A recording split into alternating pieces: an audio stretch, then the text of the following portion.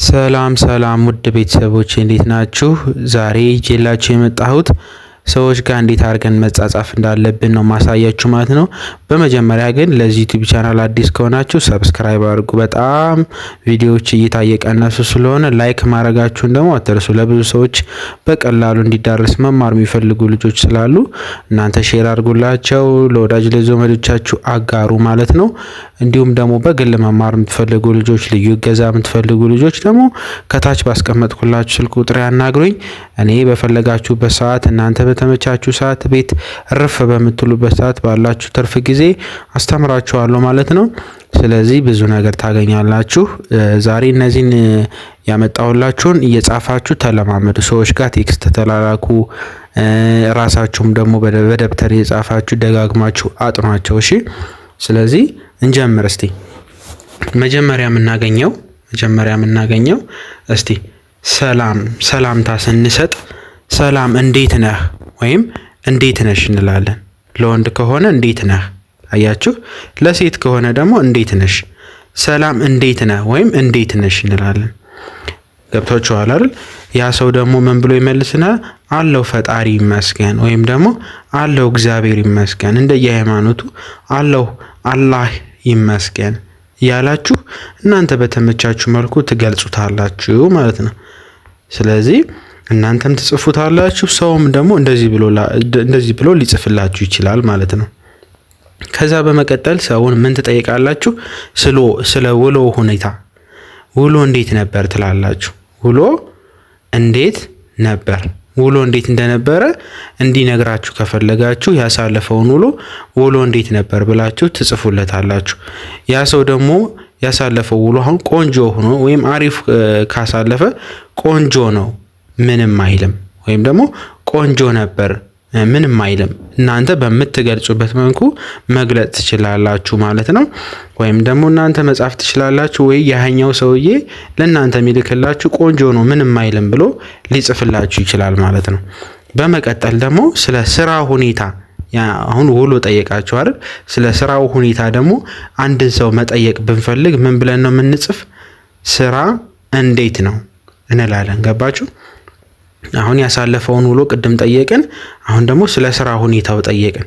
ስራ እንዴት ነው አለን ማለት ነው። አያችሁ? ስራ እንዴት ነው። እናንተ ከሆነ የምትመልሱ አሪፍ ነው አንተ ጋስ፣ ወይም ደግሞ የሚመልስላችሁ አሪፍ ነው አንቺ ጋስ፣ ሴት ከሆነች አንቺ ጋስ ብሎ ይጠይቃል ማለት ነው። ስለዚህ በቀላሉ እንደዚህ ብላችሁ እናንተ መለማመድ ትችላላችሁ ስለ ስራ ሁኔታ ስትገልጹ ማለት ነው። በመቀጠል ደግሞ ስለ ቤተሰብ ሁኔታ፣ ስለ ቤተሰብ ያለበትን ደህንነት ሁኔታ ለመጠየቅ ብንፈልግ ደግሞ ምን ብለን እንጠይቃለን? ቤተሰብ ሰላም ነው፣ ቤተሰብ ሰላም ነው እንላለን። ቤተሰብ ሰላም ነው። ገባችሁ? ቤተሰብ ሰላም ነው ብለን እንጠይቃለን ማለት ነው። ስለዚህ የሚመልስላችሁ አካል ምን ብሎ ይመልስላችኋል? ይመስገን ደህና ናቸው። የቤተሰቡ ደህንነት ሁኔታ በጣም ሰላም ከሆኑ ወይም ደህና ከሆኑ ደህና ናቸው ብለን በቀላሉ መግለጽ እንችላለን ማለት ነው። ይሄ የቤተሰብ ሁኔታ ነው። ስንት ነገር ነው ያሳየኋችሁ? የስራ ሁኔታን፣ የውሎንና ሰላምታ መጀመሪያ ላይ ስንለዋወጥ ያሉትን ነገሮችን ያሳየኋችሁ። እነዚህ መንደርደሪያ ሀሳቦች ናቸው። አንድን ሀሳብ ወደ ጉዳይ ለመግባት ስትፈልጉ እነዚህ ነገር በተለምዶ የምትጠቀሙባቸው ነገሮች ናቸውና በደንብ ለመለየት ሞክሩ በደንብ። በመቀጠል ደግሞ ያን ሰው ምን ብለን እንጠይቃለን? ምን አዲስ ነገር አለ? አዲስ ነገር ማለት በማዕከላችሁ የተፈጠረ አዲስ ነገር ካለ እንዲጠይቃችሁ ከፈለጋችሁ ወይም እንድትጠይቁት ከፈለጋችሁ ምን አዲስ ነገር አለ ብላችሁ ትጠይቃላችሁ። ምን አዲስ ነገር አለ ብላችሁ ትጽፉለታላችሁ። ምንም አዲስ ነገር ከሌለ ምን ብሎ ይመልሳል? ምንም አዲስ ነገር የለም ብሎ ይመልሳል ማለት ነው። ወይም ደግሞ የተፈጠረ ጉዳይ ካለ ደግሞ ጉዳዩን በቀላሉ ያስረዳል ማለት ነው። ማለት በዛ ጉዳይ አዲስ ነገር ያለበት ጉዳይ ላይ በደንብ አብራርቶ እንዲናገር ያደርጋል ማለት ነው። በጣም አሪፍ። በመቀጠል የምናየው ስለ አየር ንብረት ሁኔታ መጠየቅ ብትፈልጉ ምን ብላችሁ ጠይቃላችሁ? አየር ንብረቱ እንዴት ነው?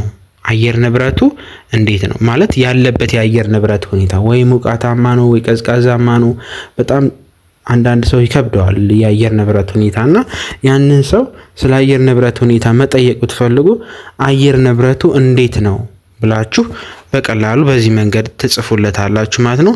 ያ ሰው ለእናንተ ምን ብሎ ይመልስላችኋል? ከባድ ነው፣ ይሞቃል፣ ወይም ደግሞ የፈለገውን ቀለል ይላል ማለትም ይችላል። አይ ቀዝቃዛ ነው ማለት ይችላል። እኔ እዚህ ጋር ሞቃታማ ነው ብላችሁ እንድትመልሱ ባለበት መንገድ ነው የሰራሁላችሁ ማለት ነው። ከባድ ነው፣ ይሞቃል ብሎ ይጽፍላችኋል። በመቀጠል ደግሞ አንድን ሰው እንግዲህ ያው ስለ ሰላምታ ተለዋወጣችሁ፣ የስራ ሁኔታ ምን አዲስ ነገር አለ ተባባላችሁ፣ ስለ ጉዳይ አወራችሁ፣ ስለ አየር ንብረት ሁኔታ ማወራችሁ እና ለመሰነባበት ፈልጋችሁ በቃ ምን ብላችሁ ትገልጹለታላችሁ? በል በርትተህ ስራ ወይም በል ጠንክረህ ስራ ትሉታላችሁ። ጠንክሮ እንዲሰራ ስራውን አጠናክሮ እንዲቀጥል ጉዳያችሁን ካወራችሁ በኋላ የጉዳይ መጨረሻ ውስጥ የምንጠቀምባቸው ናቸው ማለት ነው። በል በርትተህ ስራ ብለን እንጽፍለታለን። ያ ሰው ደግሞ ምን ብሎ ይመልሳል? ያው የሆነ ነገር በርትተህ ስራ። ሰው አንድ ነገር እንድንጠነክር እንድንበረታ ጉልበታችን በደንብ እንድንጠቀም ሲገፋፋን ያኔኛ ምንድነው በምስጋና ነው ሐሳባችንን የምንገልጽለት። ስለዚህ ምን ብለን እንገልጻለን ማለት ነው? እሺ አመሰግናለሁ፣ እሺ አመሰግናለሁ ብለን ያንን ሰው ላበረታን ሰው መልስ እንሰጠዋለን ማለት ነው። አመሰግናለሁ። እቺን አመሰግናለሁ የምትለዋን በብዙ ሁኔታ ስለምንጠቀማት በደንብ ለዩዋት። እሺ ረጅም ጽሑፍ ናት፣ በደንብ ለዩዋት።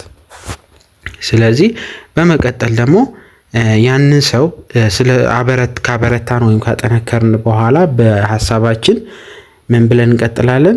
መገናኘት ብንፈልግ ያ ሰው ጋር መገናኘት ብንፈልግ መቼ እንገናኝ ወይም መቼ እንገናኛለን ብትሉት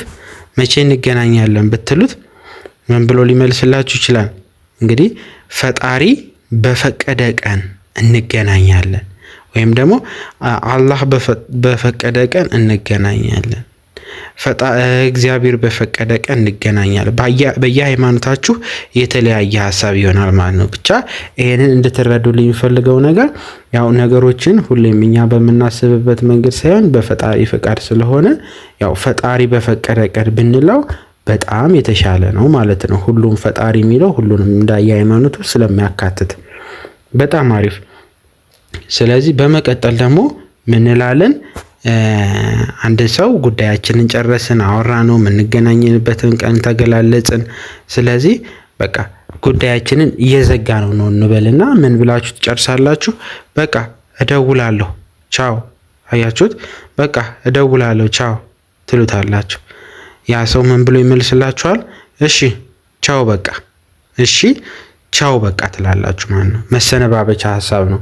አሁን ስለ ስራ ሁኔታ፣ የሰላምታ አገላለጽ፣ ስለ አየር ንብረት ምን አዲስ ነገር አለ ምናምን ብላችሁ በደንብ ገልጻችሁ እሱን ደግሞ አጠንክራችሁ አበርትታችሁት የምትገናኙበትን ቀን ደግሞ በፈጣሪ ቀን ብላችሁ ተነጋግራችሁ ጉዳያችሁን ከጨረሳችሁ በኋላ ምን ብሎ ይመልሳል? እሺ ቻው፣ ወይም እናንተ እሺ ቻው በቃ ብላችሁ በቀላሉ በዚህ መንገድ ትገልጻላችሁ ማለት ነው። ከጨረሳችሁ በኋላ ያው ማታ ላይ ብትደዋወሉ ምን ብላችሁ ትላላችሁ? መጨረሻ በል ወይም ደህና ደር ወይም ሲላችሁ ወይም ደህና ደሪ፣ ሴት ከሆነች ደህና ደሪ። ያ ሰው ምን ብሎ ይመልሳል ማለት ነው? አሜን ሰላም ደር ወይም ደግሞ በልሺ ሰላም ደር። ያው እንዳገላለጻችን መግለጽ እንችላለን ማለት ነው። ወይም ሴት ከሆነች በይ አሜን ሰላም እደሪ ብለን እናንተም ትጽፋላችሁ፣ ያ ሰውም ለእናንተ የሚጽፍላችሁን ታነባላችሁ ማለት ነው። ስለዚህ በዚህ መንገድ ተለማመዱ። ብዙ ነገር እንዳተረፋችሁ ተስፋ አድርጋለሁ። በቀጣይ በሌላ ቪዲዮ እንገናኛለን። ሰላም ቆዩልኝ።